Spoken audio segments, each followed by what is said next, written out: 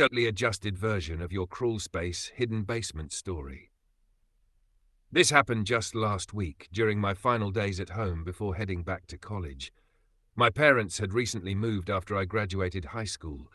They'd been talking about downsizing for years, and once I was off to college, they finally pulled the trigger. The timing meant I'd only been to the new place a handful of times.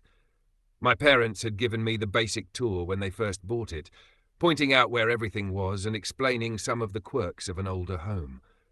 One thing they specifically mentioned was that the house didn't have a basement, just a crawl space for utilities.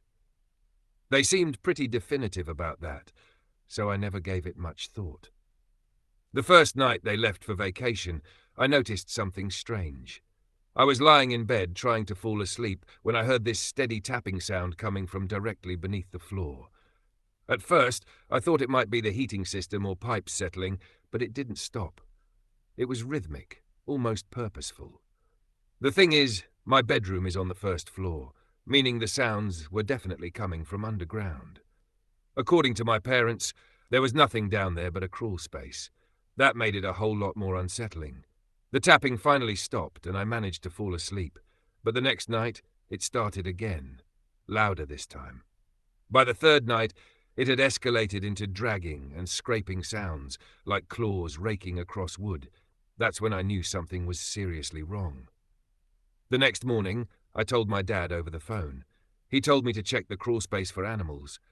I really didn't want to, but I did anyway. The entrance was under the porch. My heart was racing the whole time, but there was nothing down there. No animals, no signs of intrusion, nothing. Still unsettled, I decided to walk the perimeter of the house. That's when I noticed a pile of old construction materials leaning against the siding. Lumber, tarps, concrete blocks. I'd seen them before, but never paid much attention. On a hunch, I started moving them aside. Hidden behind them was a storm door. Rusted, partially painted over. Clearly unused for a long time. I pulled it open. Concrete steps led down into darkness. My stomach dropped. My parents had been completely wrong. I didn't want to go down there, but I did. What I found was worse than I could have imagined. Empty food containers scattered across the floor, and on the wooden beams, markings carved deep into the grain. Tallies, distorted drawings of people and animals are twisted into grotesque shapes I don't even want to describe. Someone had been living there, and they weren't normal. I bolted upstairs and called my parents. They were shocked. Said they had no idea there was a basement, let alone someone living in it. I assured my dad the place was empty. Then I locked the storm door with the heaviest padlock I could find. That night, I woke up to aggressive banging outside. The storm door rattled violently, as if someone was trying to break it down. My heart froze in my chest. Then the banging stopped. I crept to the window and caught a glimpse of a figure sprinting into the dark. The police searched the house and found nothing. My parents cut their trip short and came home, promising to take care of it. The next morning, I left for college. But I can't stop thinking about those scratch marks in the basement, the horrific drawings, and the figure that tried to get back in. I don't know who they were. I don't know what they wanted. But last week, during my final days at home before heading back to college, my parents had just moved into a smaller house. They'd been talking about downsizing for years, and with me leaving for school, the timing finally felt right. I'd only been to the new place a few times. During the initial tour, they explained some of the quirks of the old home. One detail stood out: no basement, only a crawl space. They said it with certainty, so I never thought twice. The first night they left for vacation, I was alone in the house when I heard it, a tapping sound. Steady, rhythmic, coming from directly beneath the floor. At first I brushed it off, maybe pipes, maybe the heating system, but it didn't stop, and my room was on the first floor. The sound was coming from underground, somewhere that wasn't supposed to exist. The tapping finally ceased, and I forced myself to sleep. But the next night, it returned, louder. On the third night it escalated, dragging, scraping like claws raking across wood, and something heavy being pulled across the floor beneath me. It was no longer something I could dismiss. The next morning I told my dad over the phone. His answer was simple: check the crawl space, probably just an animal. So heart-pounding, I crawled under the porch and opened the access hatch. Darkness, dust, nothing alive, not even footprints. Still uneasy, I circled the house.